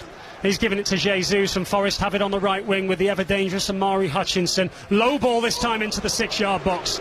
Is grabbed by Ruth. It's a brilliant, again, I'm really impressed with Hutchinson. It's a lovely ball. He needs a striker. Jesus needing to get across the front there of the goalkeeper, but goalkeeper takes it well. I think the goalkeeper's been really, really good in terms of with the ball and also with the saves he's made. Another roll of the dice coming for Ange Postecoglou. Arnaud Calamuendo is also ready now to enter the fray. Callum Hudson-Odoi has space on the left wing though, approaching the penalty area and into it, onto his right foot, steps away from Hertruder, lays it on a plate for Anderson, 25 yards from goal. Now Gibbs White, low shot with his right foot, bit of a daisy cutter really, and Brian Broby, the lone outpost for Sunderland, picks it up and runs clear, waits for support and eventually finds it down that right touchline in the form of Bertrand Traore. Wouldn't be too surprised to see him go to the corner flag. He's not doing, to his credit. He's held up though. Again, where's the urgency to go and rob it back from them from a Forest perspective here? They're allowed to play it across the edge of the penalty area, and Simon Adingra, with lots of step-overs, weaves his way into the box, wins his side a corner kick, and those Sunderland fans cheer that like it's a goal. Absolutely, brilliant play, good organisation, good play. When you've got that speed of, Adingra at the top end of the pitch, and you've got an opportunity to get out with Traore as well, it's important that you use your head. You don't just go for it. You try and slow the game down, take your minutes, take your seconds. And again, Adingra there manages to get a corner and waste some time. Now we're in the 88th minute. Trey Hume standing over the ball, right-footed. It's not going short. It's not staying in the corner. It's coming into that box instead. Flicked towards the back post by a Forest head, who's still down, slowly getting back up again. The ball is allowed to run out for a Sunderland throw, I believe. Right next to the corner flag, touching distance. But is that Alderete who's still down on the far side of the 6-yard box for Sunderland? Obviously the Forest fans will approach that with a dose of scepticism, but it looks to be cramp. Yeah, a bit of cramp, yeah. No, it's a bit of time wasting as well. He has to There's watch. That scepticism. Yeah, but again, it just has to watch because, if he comes off, it's that extra 30 seconds he needs to take. So Sunderland be delighted to keep the ball in this area. It's going to be a corner kick, it's not a throw-in, so a second in quick succession for Régis Lebris's side and a fourth of the game. Tony Harrington blows his whistle and tells them to get on with it. Here comes the left-footed ball to the back post. Alderete heads it down, almost stabbed in. Chris Wood couldn't quite get it away. It fell to Dan Ballard at point-blank range. He couldn't turn it goalwards, goal kick instead. And there's that change for Nottingham Forest as Arnaud Calamuendo comes on and Chris Wood makes way. Yeah, surprisingly, 5-6 minutes to go, he's taking the big fella off. But he's trying to get another striker on the back pitch to play with Jesus at the top end of the pitch. But again, that was a big opportunity for Sunderland. Ballard puts his foot in there and just puts it over the bar. And how Chris Wood may rue that opportunity before. The header that never was, as he flicked it wide. They might have another opportunity as Williams crosses it with his right foot from the byline. Hudson-Odoi tries to turn it up into the midfield. It might strike the arm or the hand of Traore, but it's from point-blank range, and those just aren't given anymore, despite the cries from the Nottingham Forest fans. All will turn now in the direction of the fourth official, and you can hear them around us in the press box say 6. It's 6 minutes for Nottingham Forest to try and find an equaliser. Sunderland, on the other hand, are 6 minutes away from their finest ever start to a top-flight season. They'll like more of the same from crosses like that. That's not Amari Hutchinson's best. 40 yards from goal, that might as well have gone 40 yards high and wide and not too handsome goal kick. No, that was his worst one since he's come on, but trying to force it at times. It's still 6 minutes. Keep moving the ball, keep moving it with pace and get it, maybe get it back round the other side and get Hudson-Odoi 1v1 and get a run from there, but he's just trying to force it and he's end up overhitting it and going behind for a goal kick. But again, for an away performance so far, I think Sunderland have been very good. Organisation with it, your Xhakas and Siddiqui at the middle of the pitch, he's been brilliant, I think. Plenty of organisation, plenty of composure from Régis Lebris, who stands on the edge of his technical area. He never seems bothered, he always seems completely in control. Elliot Anderson strides over the halfway line and into Sunderland territory. And even his team don't look flustered, do they? They look like they're in control of everything. Hudson-Odoi manages to get past a couple of players and then cut it back to the edge of the D. But how often do you see that as Sunderland just clear up to the halfway line? How often do you see a team reflect their manager? Yeah, but again, that comes with work and trust between the manager and the coaches. There's that, if you're Granit Xhaka, a really experienced player, you have to understand to the manager that we know that we're away from home. We're going to have to come 5-4-1, give up possession at times. Elliot. On you go, sorry. Yeah, Elliot Anderson has it on the edge of the Sunderland penalty area and now gives it to Hudson-Odoi. Back for Anderson, some space near the byline, cuts it back again. But once more, Sunderland have it. And Granit Xhaka stands there with all that composure that all those years at the top level will give you. And just looks to steer it away down the right, almost finds Traore, but Forest have it again. Anderson has it again. Hudson-Odoi on the ball once more. Everything coming down this near touchline, the Forest left. Callum Hudson-Odoi tiptoeing into the penalty area. Back to Morato, who drags his left-footed shot just wide. He's not exactly the man that I was expecting to see pull the trigger, but it wasn't a bad effort. Yeah, it's a good effort again, but when you've got players like Hutchison, it attracts 2 or 3 players, so there's always space somewhere else, or there's a free man. And again, it was the centre-back stepping in, Morato there, but he just dragged it wide of the post. Let's talk about Xhaka, being really key in terms of the organisation of the team. 5-4-1, being disciplined, not going chasing for, trying to go and get after the ball. We don't need to. We get our group, we get our shape, we get organised, and then we press. But, the manager will be really proud of the team so far at Sunderland. They've done really well, and keep just putting the ball in behind that Forest defence and getting up the pitch, nicking yards. They continue to lead by a 1-0 on 5 Sports Extra. 6 minutes were added on. Half of those are already in the books. Sunderland, who have won all 3 of their last 3 trips to the City Ground. They've not met a huge amount this century, only 7 times, but when they do come here, they tend to leave with all 3 points, and they are so close to doing exactly that again this evening on their way back to the northeast. Here's Hertrauder on the edge of the Forest penalty area. He's still going, and it's well saved by Matt Sells. It's brilliantly saved. Hertrauder with snake hips, dipping and turning between Forest defenders. It was only Matt Sells that stopped that from being put to bed. Yeah, it was brilliant play from the fullback. Again, Matt Sells, lovely save, but the space opened up. The bright lights opened up for Hertrauder there, and it's a great save from there. Keeps Forest in the game.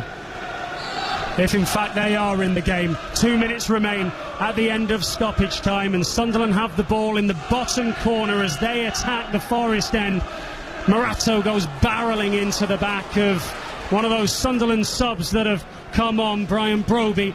Earlier in the game that probably would have been a free kick, but you don't get that when you're trying to time waste. And so Forest boom a clearance up and into Sunderland territory once more. It'll be a throw-in for the visitors with less than 2 minutes of stoppage time remaining, and Sunderland so close to a first away 3 points on their return to the Premier League. Forest fans, many of them, have seen enough. They don't think they're going to get back into this game. They don't think there's a goal there for them. The best opportunity of the night, of course, came to Chris Wood. It so often does, but this time, and so unlike him, he couldn't quite find the corner with his header. I really thought that Adingra was going to be offside down the left there. Play was allowed to continue. He crosses it ultimately into the gloves of Matt Sells, who's gone all sweeper keeper here and ran outside of his penalty area before launching it 60 yards up towards the Sunderland defenders. Dan Ballard, who's up against Callum Owendo, says thank you very much, heads it down, and Roofs will now put a big left boot forward and up towards the halfway line once more inside the final minute of 6 stoppage time minutes. Callum Hudson-Odoi one of the 5 changes tonight, who had to settle for a place on the bench, is now on and desperate to make an impact. Now Zinchenko, one of the 13 Forest signings. Morato forwards out the middle of defence, cleared away. Xhaka there again, as always, and it's going to be another Nottingham Forest throw-in with time desperately against them on 5 Sports Extra. It's Forest 0, Sunderland 1. Elliot Anderson has the ball, 20 yards away from the Sunderland penalty area. Now Zinchenko. Callum Hudson-Odoi cuts in off the left wing onto his right foot, bends one towards the back post, just hangs in the air. Milenkovic could get nowhere near it. Now it's Amari Hutchinson on the right wing. He falls for a moment, gets back up again, keeps hold of the ball. Left-footed curling cross into the area. Ballard meets it, heads it away once more. The 6 minutes are up. The Sunderland players and coaching staff want the full-time whistle, and they get it. And listen to the boos. The natives are restless in the East Midlands. 5 matches under Ange Postecoglou, and still they haven't got 3 points under the Australian.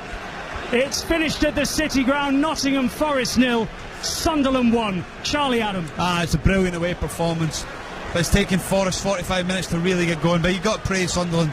The manager set them up really well. 4-4-2 at possession, really good organisation, good distances, backline, middle, front, and they really compact, and they caused them all sorts of problems in terms on the break. The 2 best chances of the game first half, one was for Isadori, pulled wide, and then ultimately the goal. But as an away performance, that was top level.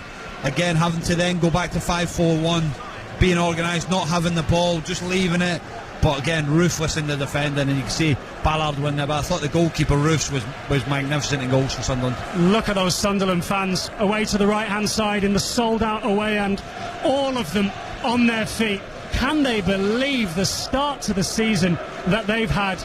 This is their best ever start to a Premier League season through 6 matches. As for Nottingham Forest, on the other hand, my goodness, they must feel like they've ran over a black cat when it comes to meetings with Sunderland. They've now won just 1 of their last 7 and 2 of their last 13, but of more pressing concern as Tony Harrington, the referee, receives some boos because of probably the decision surrounding the goal to award Sunderland with a free kick in the first place. He makes his way off.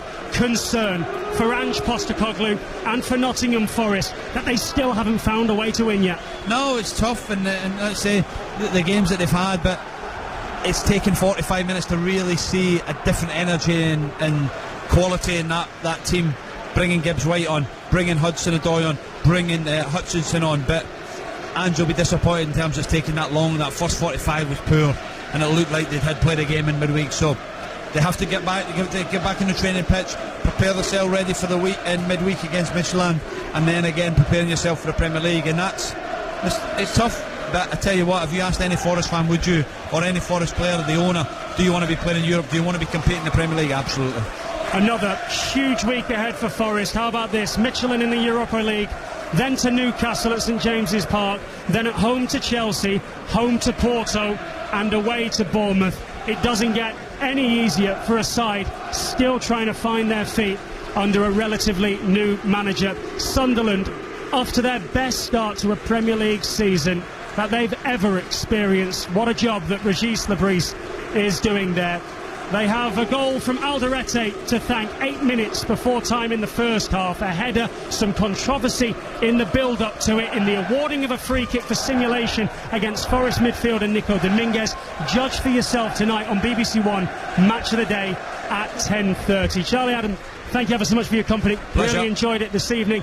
By the banks of the River Trent. So much football, so much sport to come on BBC Radio 5 Live and on the BBC Sounds app over the coming days, certainly the coming hours. On 5 Live, every single putt, every single stroke from the Ryder Cup at Bethpage in New York. And coming up next on 5 Sports Extra, it's Rugby League with Leeds Rhinos again.